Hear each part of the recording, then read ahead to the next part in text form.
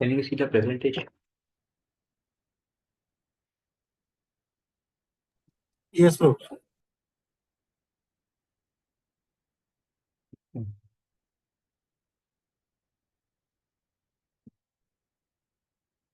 ओम अज्ञानतिमिरन्धस्य ज्ञानाञ्जनशलाकया चक्षुरुन्मिलितं येन तस्मै श्रीगुरुवे नमः। नमो विष्णुपादाय कृष्णपृष्ठाय भूतले श्रीमते भक्तिवेदान्तस्वामिनिति नामिने। नमस्ते सरस्वती देवे गौरवाणी प्रचारिणे निर्विशेष शून्यवादी पाश्चात्य देशतारिणे। जय श्री कृष्ण चैतन्य प्रभु नित्यानंद श्री अद्वैत गदाधार श्रीवासादि गौर भक्तवृंदा। हरे Krishna Krishna Krishna Hare Hare Hare Ram Ram Ram Hare Hare.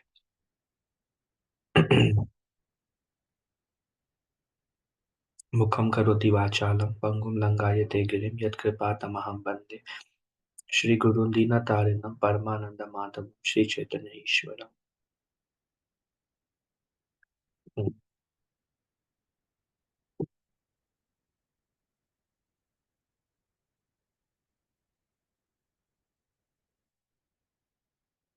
So this chapter, now we are on chapter 6, how to discharge devotional service.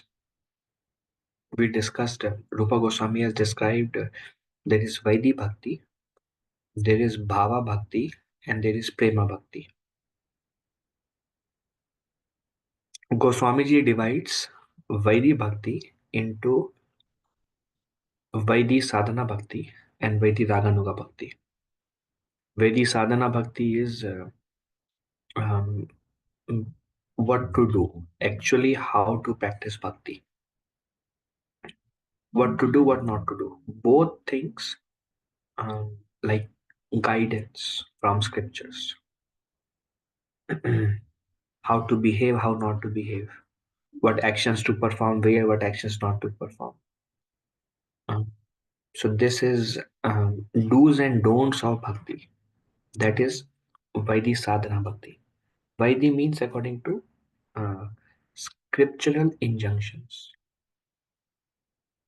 Then Raganuga Bhakti is more spontaneous. So Vaidhi Sadhana Bhakti, uh, Rupa Goswami describes 64 angas. That these 64 things, if we do, um, that constitutes sadhana bhakti. So those we are starting today. That's why it's like how to discharge devotional service. Okay, what to do actually.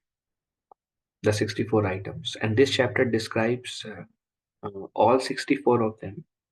And the remaining almost 8 or 9 chapters describe all these 64 are described in detail in the next 8-9 chapters. And this chapter describes the outline of all of them. And these teachings were given by, as you see here, mention has been okay. When Sri Chaitanya Mahaprabhu was on his North India tour, he met Sanatana Goswami. Here is a picture. Chaitanya Mahaprabhu met Sanatana Goswami in Allahabad. And there, for 2 months, Chaitanya Mahaprabhu gave teachings to Sanatana Goswami. And there, Chaitanya Mahaprabhu himself described all these angas, these 64 angas. Then he asked Sanatana Goswami to elaborate. And Mahaprabhu gave the teachings to Rupa Goswami also. So based on that, these 64 angas have come. I mean, that is the purpose of Lord's descent. The Lord has descended to teach us how to practice bhakti. And he personally practiced it. And he empowered his um, associates to write them down. So what Mahaprabhu taught by his own example, now we have everything written down how to do bhakti properly. Mention has been made in the Hari Bhakti Vilas about manifold aspects and features of this Vaidhi Sadhana Bhakti. But only the important one ones will be stated here as far as possible. Mhm. So it is Srila Prabhupada describes, and there are many more aspects, but the most important 64 angas, 64 limbs of bhakti, they are described in this chapter and in this book. Below 10 items are preliminary necessities for beginning the discharge of devotional service in regulative principles. In the beginning, if a neophyte devotee observes the above mentioned 10 principles, surely he will quickly make good advancement in Krishna consciousness. So, Rupa Goswami divides these 64 into 10 and then 10 and then 44. So, first 10, Rupa Goswami describes are, like he says, preliminary necessities, like very important preliminary things that is required to practice bhakti. The next 10 is 10 things not to do. The first thing are 10 things which are like a must to do, then 10 things not to do, and then the mix of 44 remaining. And here Rupa Goswami says, if somebody observes these 10 principles that comes in the next two slides, surely he will quickly make good advancement in Krishna consciousness. So the first five are preliminary, accepting the shelter of the lotus feet of a bona fide spiritual master. Accepting shelter, then becoming initiated by the spiritual master and learning how to discharge devotional service from him.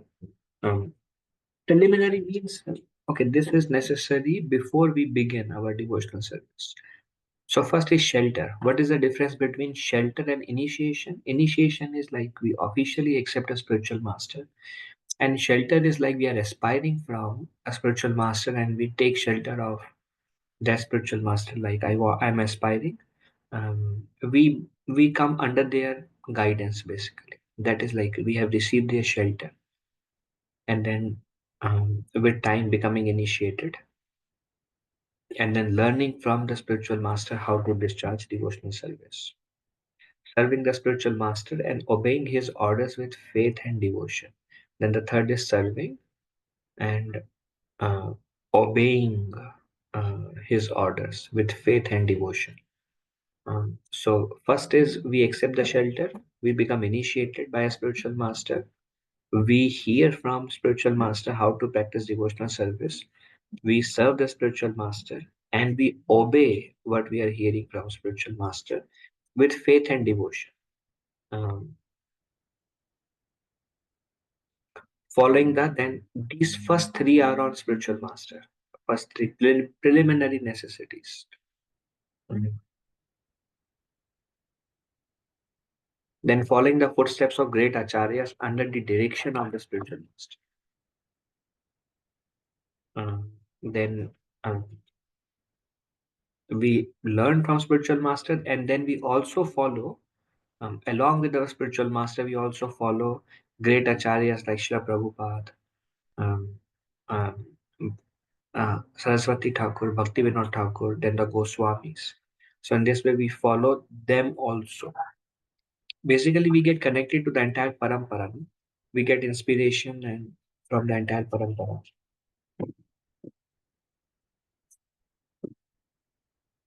Then inquiring from the spiritual master how to advance in Krishna consciousness, and making inquiries from spiritual master.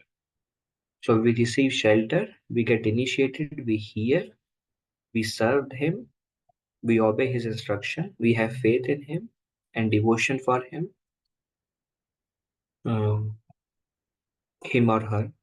Um, Along with spiritual master, we follow the great acharyas, and then we inquire also from spiritual master about maybe the obstacles in our life and how to advance in Krishna consciousness. Then being prepared to give up, again 6 to 10. Next 5. Being prepared to give up anything material for the satisfaction of the Supreme Personality of Godhead Sri Krishna. This means that when we are engaged in the devotional service of Krishna, we must be prepared to give up something that we may not like to give up, And also, we have to accept something that we may not like to accept. So that's a part of surrender. Something that we may not want to give up, we give up those things if that helps us in our progress. Um, includes giving up some habits, include whatever we are attached to, and if it becomes an obstacle, giving that up, being prepared to give up for the sake of pleasing the Lord, very pleasing to Krishna actually. Anything material for the satisfaction of Supreme Personality of Godhead Shri Krishna. Very tough. Um,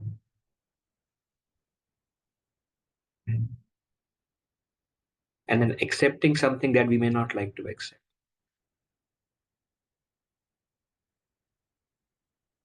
Residing in a sacred place of pilgrimage like Dwarka and Vrindavan.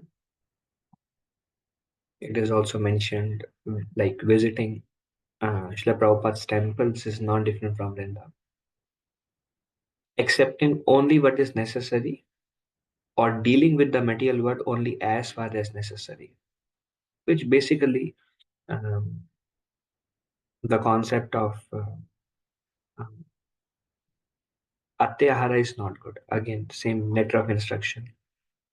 Dealing with the material world only as far as necessary, accepting only what is necessary, or basically dealing with this world how much ever is required um, for the sake of maintaining ourselves or living in this world, maintaining our families, and then having a lot of time for our own spiritual practices. Only as far as necessary. Observing the fasting during Ekadashi, worshipping sacred trees like banyan tree. Banyan tree is also representative of Vishnu. In India, we see many people worship banyan tree also. In our tradition, we worship Tulasi. So then these are 10.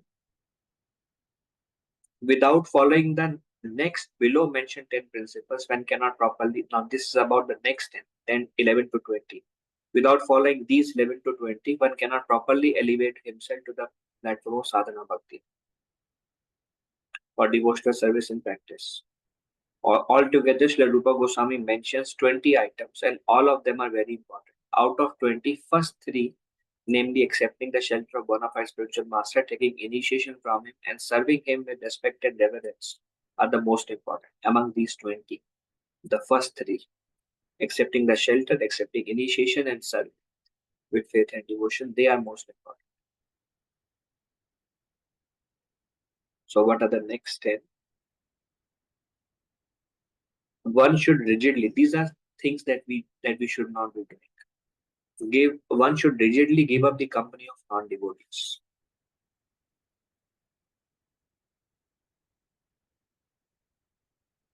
Give up the company means we don't unnecessarily hang around with them or go outside with them or spend a lot of time with them unless it is necessary for work or maintaining a minimum relationship if required. But we don't hang around with them. We don't hear we don't like any conversation. You speak about Krishna and they will become uncomfortable, and whatever they speak, we become uncomfortable. It's not a good match. Um, and if we are not very strong, and if they speak something against Krishna consciousness, then our faith may also be shaken. Um, or they may, or if we speak about Krishna and they may take offense, then again it is disruptive for our spiritual life. Or they may even end up in blaspheming also. They're all different kind of people. And if we talk which is not connected to Krishna, then again it's a unwanted situation. So one should rigidly give up the company of non-devotees. One should not. One should. I mean, dealing for work is okay, whatever is minimum necessary. One should not instruct a person who is not desirous of accepting devotional service. So somebody who is not favorable, don't instruct that person. Should not instruct a person who is not desirous of accepting devotional service. We should speak about Krishna to those who have some spark. Like Bhakti Tirth Maharaj would say, I will start speaking about Krishna, I will see their spark. If they have spark, I will speak more. If no spark, I won't speak. So those who are not willing to take instruction, don't instruct them. And initial conversation helps to understand how much they are favorable and how much they are. Things like giving them prasad, um, inviting them for temple, these things are okay, but don't instruct them. One should not be very enthusiastic about constructing costly temples and monasteries. Should not be very enthusiastic, because then the lot of energy will go in building costly temples, everything very ornate, and the whole energy is going in um, uh, costly temples and ashrams, because that will also take a lot of time um, away from hearing and chanting. And sometimes devotees may become super absorbed in services that they have no time for hearing and chanting. That is also not very conducive. Um, we'll see more examples. One should not try to read too many books, nor should one develop the idea of earning his livelihood by lecturing on or professionally reciting Srimad Bhagavatam and Bhagavad Gita. Like, don't make a business out of or livelihood out of, um, but the knowledge should be given free, basically. It should be as a service. Knowledge should be given, not earning a livelihood by lecturing. Should not read too many books also, because that's again we saw it's a part of atyahara also. Rather, more emphasis should be done in understanding and then putting it into practice and applying them. One should not be neglectful in ordinary dealings. Um, if one is neglectful, then the other person whom we are neglecting may be unhappy, or um, and we displease anybody, um, it negatively impacts our own spiritual life. That's why one should be very careful in every dealing. In fact, Bhakti Tirth Maharaj, he says, every dealing, this is difficult, but he says we should deal with others in such a way that my Krishna consciousness is dependent upon this dealing, or how I, how, yeah, this relationship. My my Krishna consciousness depends upon how I deal in this situation. That's how one should deal. Basically, be very careful. Any discussion so far?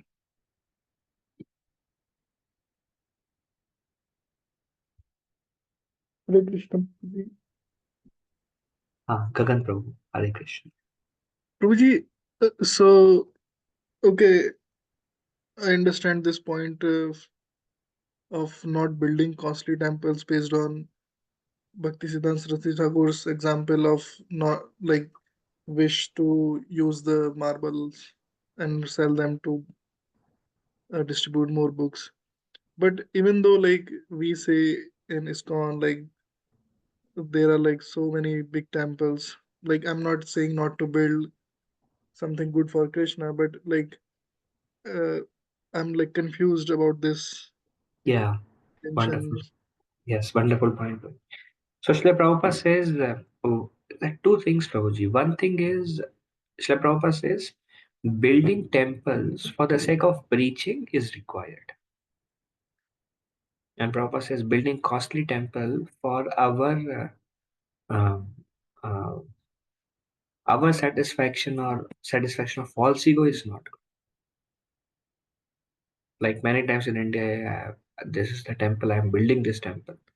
Or but like if you see Srila Prabhupada opened 108 temples actually all over the world now, but only for the sake of preaching.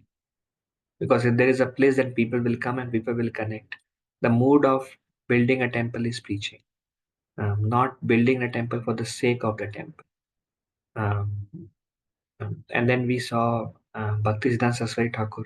He actually opened 64 Gaudiya Math temples, so many temples. So Prabhupada later on, Prabhupada ji clarifies that. And then if you see what is going on in the temple, it's hearing and chanting. Anybody comes, what is going on?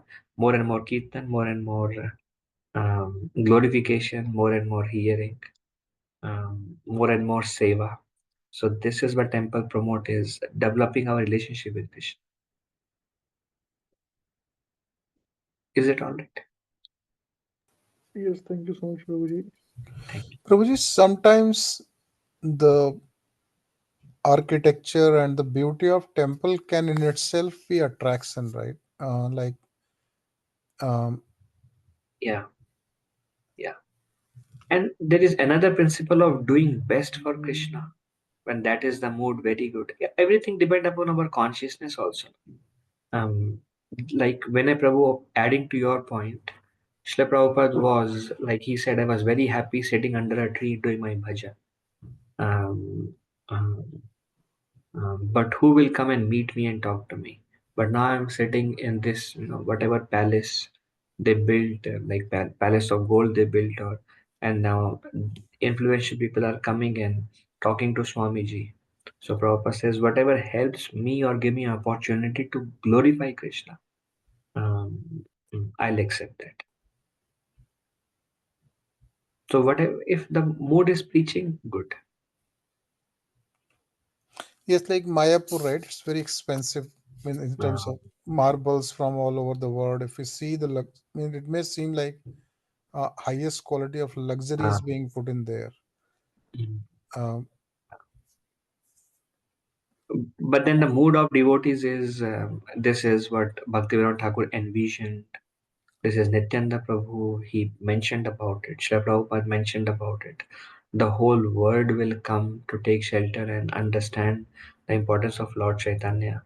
If people will come just because it's such a wonderful temple, let us go and see once and hear the glories of Lord Chaitanya. Then their faith increase in Lord Chaitanya. It is successful. The mood of every devotee is preaching actually. yes, Prabhuji. This actually these excessive and luxurious facilities can sometimes deter people because we are preaching Uh, austerity, and if we build marble everything means, yeah, it's depends upon who what kind of consciousness people have. They may see things differently. uh, yeah, what is bhakti? Ultimately, it's like within the heart. Why is somebody doing something? And that why defines how it is pleasing to Krishna. But the reason this is written is um, now one is so much into, fully into maybe managing the funds, managing or whatever, looking at all the designs and doing everything. Um, and there is much lesser time or no time. One is sacrificing one's rounds, one's hearing.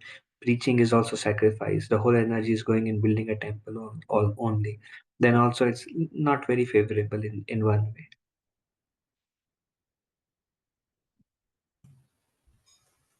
It's a little bit controversial, but yeah. Yes, Prabhuji, that's true. That's why Anand Kishori Mataji was like, don't do too many construction at the same time.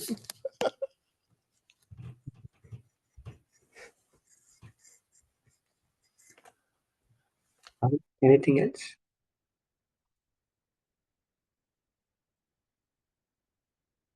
Okay. Then there is, one should not be under the spell of lamentation in loss or jubilation in gain, like something we lose and lamenting too much, not favorable. Or we got something which is material by nature and we are super happy. I got this. I'm very excited. I got it. Not very good. Um, one should not disrespect the demigods. One no need to worship them, but should not condemn them or criticize them or disrespect them. One should not give unnecessary trouble to any living entity. Otherwise, just gonna come back to us and makes devotional service further harder for us. One should carefully avoid the various offenses in chanting the holy name of the Lord and in worshipping the deity in the temple. Carefully avoid Nam Aparad and Seva Aparad. And there we will see like over 100 Aparads. What are those? When we come in detail, one whole discussion will be just on this. What are the um, almost 100 aparads? What are those? We'll discuss that. One should be very intolerant toward the blasphemy of Supreme Personality of Godhead or his devotees. Don't tolerate those things. Somebody blaspheme the Lord, we should become very uncomfortable and we should defend. Sometimes we say be tolerant, and here Rupa Goswami says one should be very intolerant toward the blasphemy of the Supreme Personality of Godhead Krishna or his devotees. Can't hear that. Bhakto ki nenda, devotee blasphemy, cannot hear that.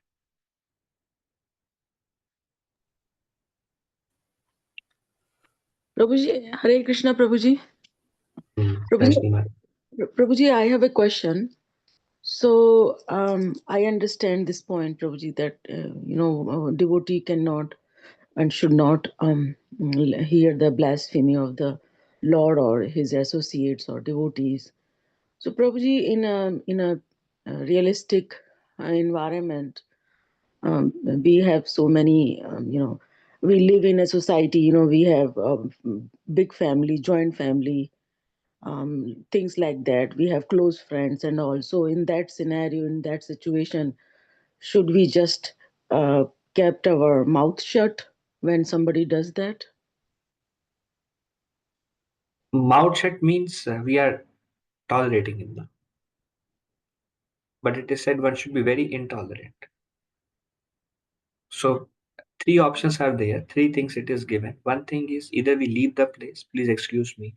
If we see that we don't have a right to say and a devotee blasphemy is going on and we don't want to hear that, Prabhu, I really need to take a call, Prabhu, I have to go. Just leave, say something and leave. There's one option. Don't listen. Another option is speak positive and help the other person come out of those misconceptions.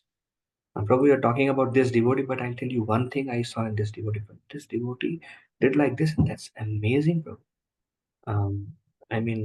I know other things are there, but at the same time, if you see, so in a way, we we are with them at the same time we are rectifying their consciousness. That is good. You help them or we leave. These are the two options. But standing and listening is not good.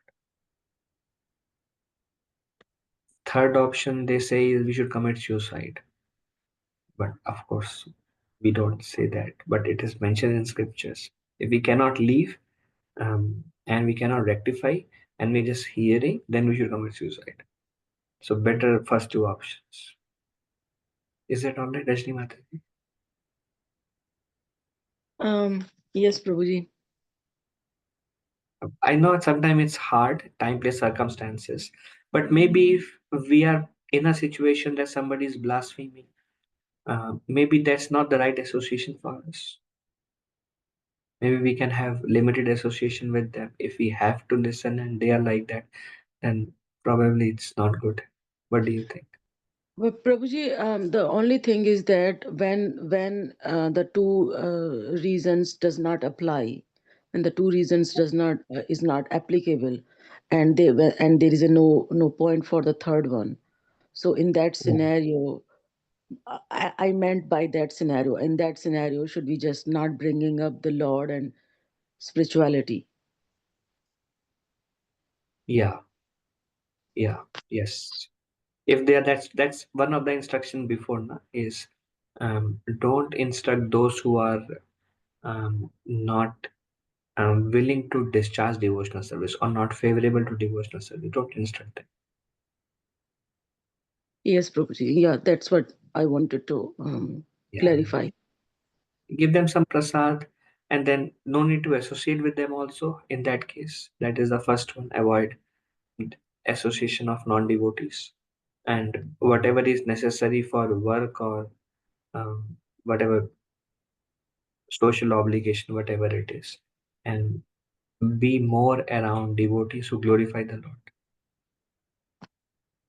Yes, Prabhuji. Thank you, Prabhuji. Thank you, Rajnath. Roji, question on the picture. Why is he holding the thread from his mouth? Is that a practice?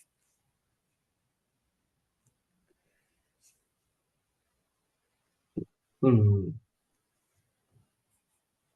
I don't know about that, Prabhuji. Okay.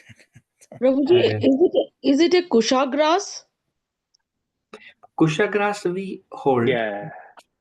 Yeah, I think That, that is not a thread, that is a kusha grass or something. Oh, okay. Okay. yeah, holding a grass is sign of humility. Holding a thread, never heard. Maybe it is grass. It was Uh, looks like that. Yeah. Probably let's take it as grass. Yes, maybe that's the intention.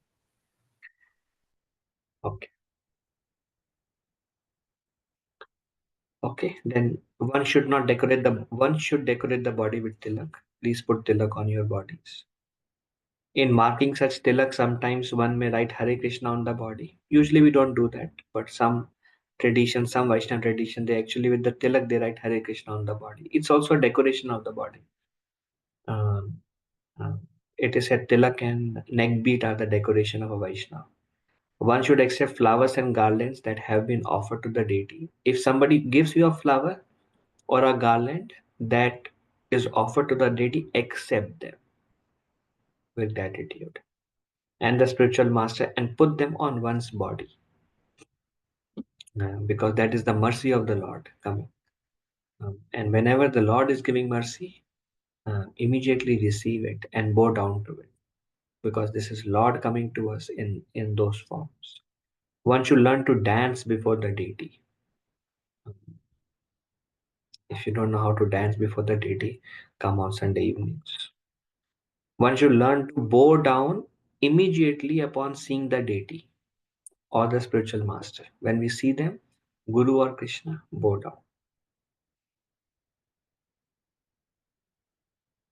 down. As soon as one visits a temple of Lord Krishna, one must stand up. Like, as soon as one visits the temple of Lord Krishna, one must stand up. Um, um, I mean, we do sit for hearing katha, for the holy name, chanting the holy names. But especially when arati is going on, then one should stand up. Generally speaking. But if arati is going on and katha is going on, then keep sitting and keep listening to katha. And I mean, like for example, if what we have commonly seen, if somebody does a great dance performance or great singing in this world, material world, then everybody give a standing oblation. They get up and clap. So that standing is a sign of showing respect, basically. Or I've seen sometimes Srila Prabhupada would give a talk and it was so enlivening. Everybody would get up and give a standing ovation. So with that perspective, he is the Supreme Lord, is giving darshan, so one should stand up out of respect. That's why it says. And then when the deity again, Srila Prabhupada also says, um, ultimately whatever is favorable for preaching, we should do. Whatever is favorable. Some of these principles we may not be able to follow, but we may see time plus circumstances and follow them sometimes. When the deity is being born for a stroll in the street, a devotee should immediately follow the procession, like Jagannath goes, then follow Lord Jagannath. For example, when we see off an important person, then we go along with them to see them off. Um, that's a sign. That's basically an etiquette. We come to see them off. So when the Lord is going, then follow the Lord. Just it's an etiquette. Or when Guru comes, we come out to receive him. We go out. So likewise, when the Lord is going, then follow the procession. A devotee must visit. Basically, we will see many of these, or most of these, or all of these principles are based on giving importance to Krishna by our. That's like a learning bhakti. Learning bhakti means trying to do what gives pleasure to Krishna. A devotee must visit a Vishnu temple at least once or twice every day, morning and evening. Um, uh, if it is difficult, then At least once a week, devotee should visit the temple. One must circumambulate the temple building at least 3 times. Like circumambulation is also a sign of respect. Like kids are taught even to circumambulate one's parents, like honoring them. Plus, there are many scriptural injunctions. We will see when we go. We'll see based on shastras also many things, like all these points Rupa Goswami explained through quotes from different scriptures. Um, um, like either like things like sins go away, all um, the Lord is pleased. Many such injunctions are there. Just that's why there is parikrama, circumambulating the temple. In America, it's difficult to circumambulate the deities, but circumambulating the temple is possible. One must worship the deity in the temple according to the regulative principles. Means one should not be neglectful in taking care of deities, but worship the deities based on how they are prescribed in the scriptures. Hare, One, Hare Krishna. So Prabhuji, I have question. So Prabhuji, so you were saying that circumambulate the deity and temple is the same, or one can be done in the absence of other? either one is okay. The idea is to circumambulate the Lord. Lord. Many times, circumambulation to the Lord facility may not be given. Then one can circumambulate the temple, and by default, like in Vrindavan, there is Vrindavan Parikrama. Na? When somebody does Yes. Vrindavan Parikrama, so all 5,000 temples are circumambulated at once. Okay. So Prabhuji, generally what I heard is, maybe you can correct me. They say that the what people do in India, maybe ignorance or maybe if it is true, that when they do the parikrama, so behind the deity, they touch and put their feet on the behind of the deity, Prabhuji. So they say one should not do that thing. You always bow down and do your pay your obeisances in front of the deities, not That on is the back correct. side. Okay, Prabhuji. So one And should not touch the back of the deity. actually, yeah, it is said in the scriptures, back of the deity um, is Maya. Actually, Maya emanates from the shadow of the Lord, from the backside of Oh, the Lord. okay. That's Okay. why we dress the Lord from the front as much as possible. Um, we focus on, yeah, in deity worship. But many times, what some of the temples do is in the back, they put the Yeah. footprint of the Lord in the back. Okay. Then one can bow down to those footprints. Okay. Many times they have, you will, if you notice, they have those footprints. So people are bowing down to that. But people are not bowing down to the back side of the Lord, but they're touching their head to the footprint, like basically taking the dust of the Lord's feet on one's head. That's when they bow down, touch. Okay. And Prabhuji, some devotee also told me that if you hold diya in your hand and do circumambulate the temple or deity, it's a very, very auspicious. Is it true, Prabhuji? Yeah. Um, I mean, I have heard that can be done. Okay. Wherever the diya goes, it purifies that place actually. Okay. Okay. And Prabhuji, 3 times, 5 times odd number parikrama is good.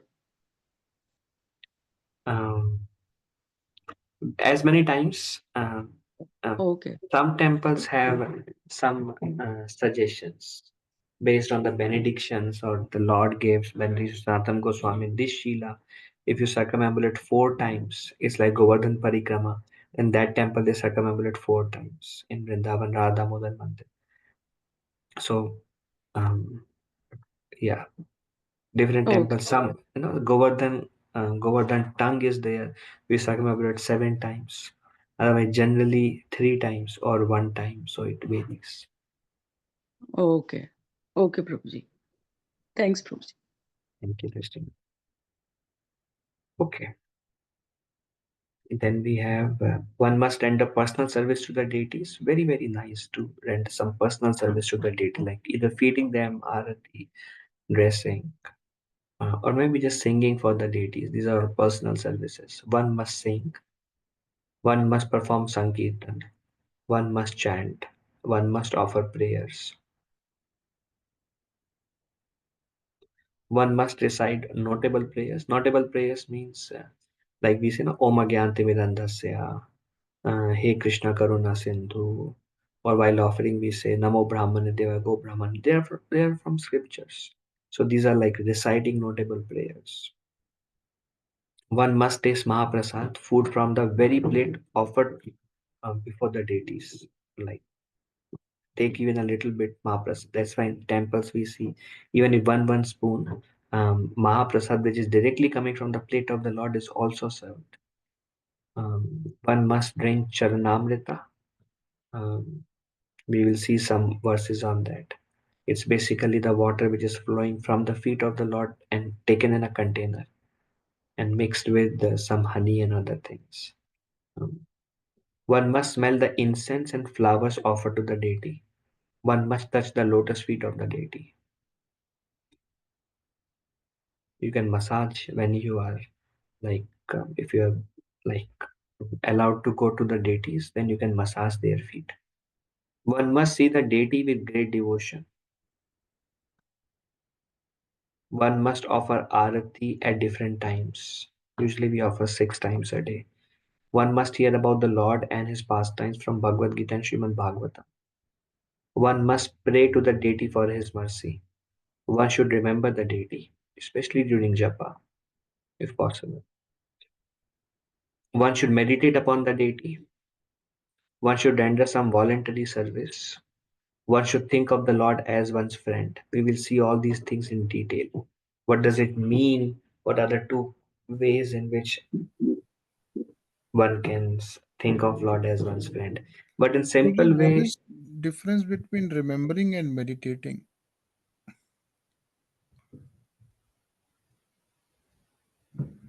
yeah, we will see the detail. They sound quite similar to me. We'll see when it comes there. But yeah, um, maybe some subtle differences may be there. Meditating may be, I mean, I have to really go to those and section and see. But one can be like, um, yeah, at any point of time or really focus while japa. There may be some subtle differences, but similar.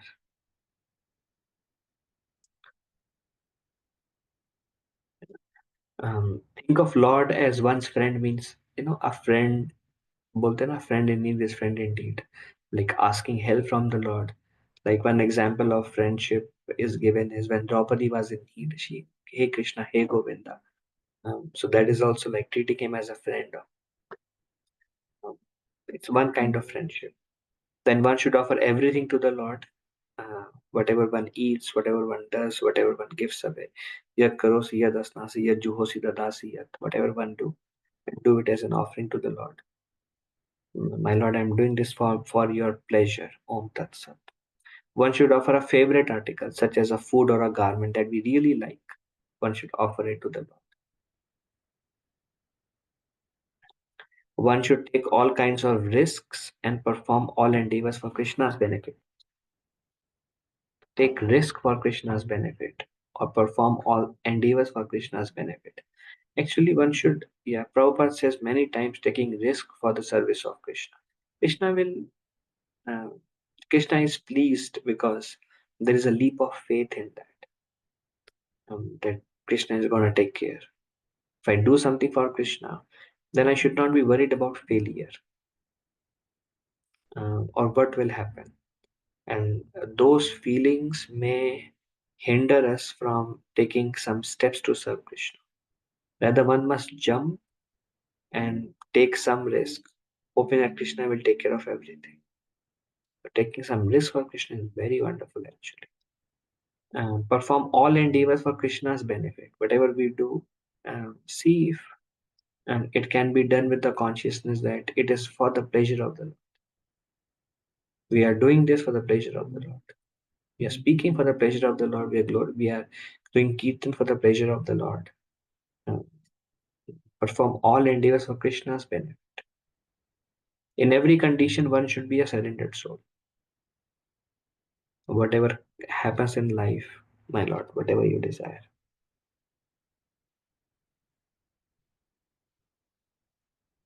And I know you are all good. You do whatever you like, no worries. Just allow me to keep serving you in every situation. One should pour water on the tulsi tree. One should regularly hear Srimad Bhagavatam and similar literature. One should live in a sacred place like Mathura, Vrindavan, or Dwaraka. One should offer service to Vaishnavas, Vaishnav Seva. We'll discuss more detail about importance of Vaishnav Seva. These right now just the concepts, and then details will come in 8 chapters, basically 8 different discussions. One should arrange one's devotional service according to one's means. Do it in a way that it is sustainable, and also what one can afford. Like, one can afford everything and one offer just water to Lord, not good. If you can offer everything, then offer everything. If you have nothing, then offer water, and Krishna is pleased with that also.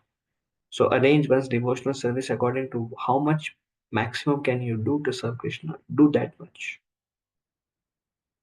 In the month of Kartik, one should make arrangements for special service. Do something more in the month of Kartik.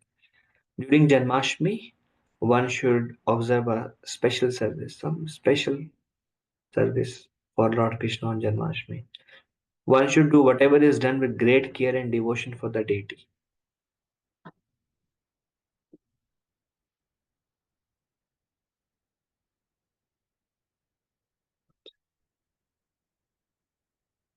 Okay. One should relish the pleasure of Srimad Bhagavatam reading among devotees and not among outsiders. Basically, read Bhagavatam with devotees, not with outsiders, because we cannot relish Bhagavatam. One should associate with devotees who are considered more advanced. One should chant the holy name of the Lord. One should live in the jurisdiction of Mathura. So these are the 64 rangas. Among them, the 5 are most important. Worship of the deity worship, hearing Bhagavatam, um, associating among the Vaishnavas, association, chanting the holy names, and living in Mathura. These are 5 most potent. We will discuss them also. Most potent means, like Rupa Goswami says, these 5 we should try to do every day. Every day worship the deity, tick mark. Hear Bhagavatam, tick mark. Associate with devotees, tick. Chant the holy name, tick. Living in Mathura, or make your home Vrindavan and visit the temples. So if we are doing these every day, very important. Okay. So those were uh, the 64 rangas. Any further discussion? So, Prabhuji, associating with devotees, uh, there are some doubts, Prabhuji. So, like we are associating right now, Prabhuji, but we are doing it remotely. My first question is that doing it, in person is better than the remotely. Is that any such thing like that, Prabhuji? Yes. Doing in person is more favorable. It Okay. is mentioned. And Madhvananda Prabhu speaks about that. He says, when we do it in person, there is a different, like, he says, like, yeah, it will be more absorbing. And then he also says, when we hear Srila Prabhupada lecture, we feel some divinity. And when we are in presence of Srila Prabhupada and hearing Srila Prabhupada lecture, hearing from Srila Prabhupada in his presence, that's like a very different experience. Or just like when we hear Srila Prabhupada's Kirtan, we feel very good. But then when we are sitting and Prabhupada is doing Kirtan, that's like a different level. So Prabhu mentions, Madhavananda Prabhu analyzes based on scriptures how personal Sangha is very beneficial. But then if that opportunity is not there, then this is also very nice. Hearing on YouTube is very good, but it cannot replace hearing in person. Yes, Prabhuji. That's what my second question is, because Prabhuji, we meet here like once or twice a week. But other days of the week, I go out and listen, lectures from YouTube. It's not the real time thing. I cannot interact with the speaker, but even though I'm getting that nectarian lectures, so I mean, it's still beneficial, but not like the real time, Prabhuji. Yeah, Even if interaction it with is speaker. remotely. Yeah, interaction with speaker is not must, but it's just that environment that is created in the association of devotees that is very purifying to the heart. Yeah, yes, Prabhuji. Yeah, the environment and the teachings, Prabhuji. Yeah. Yeah. Thank you, Prabhuji. Thank you, Thank Prabhuji, so much. Hare Krishna, Prabhuji. So, Hare Krishna. Dandavat Pranam. Yeah, Dandavat Pranam. Prabhuji, like you mentioned about like relishing Bhagavatam with devotees. That's true. Like I completely kind of understand that part. But if some people like non-devotees or like people who are not um, regular with that thing, but like if they are asking about questions about Bhagavatam and they want to have say like let's say like can we read the Bhagavatam like that kind of, if they're asking for that type of thing, can we read with them? Yeah, if they are asking to read with them Bhagavatam, then they are devotees. Devotees Okay. are of multiple kinds. There anybody who is favorable and open, they are devotees, Prabhuji. Okay. So yeah, okay. So if you say like they're not like understanding Prabhupada or Chaitanya Mahaprabhu like that, but like still they like to read. That's kind of. Very good, Prabhu. Then we should give them opportunity. That's how gradually they will grow. That's Okay, sure. devotees. Okay. Anyone open, anyone envious of Krishna or with a mood of blaspheming, criticizing, argument, then we should avoid. But if somebody is open, favorable, eager, they are devotees. Okay. Okay. Thank you, Prabhuji. Hare Krishna. Thank you. Manipur, Hare Krishna. Okay. So I guess we can end here. Thank you, Prabhuji's Mataji's for joining. Vanchakalpatarubhesha Kripasindhubhe Cha Patitanam Pavanebhyo Vaishnavabhyo Namo Namaha Anantakoti Vaishnavendra ki jai. Thank you. Prabhupada ki jai. Thank you, Prabhuji. Hare Krishna, Prabhuji. Hare Krishna. Thank you, Prabhuji. Hare Shri Krishna. Krishna Prabhuji ki jai. Anantakoti Vaishnavendra ki jai. Jai. Thank you. Hare Krishna. Hare Hare Krishna.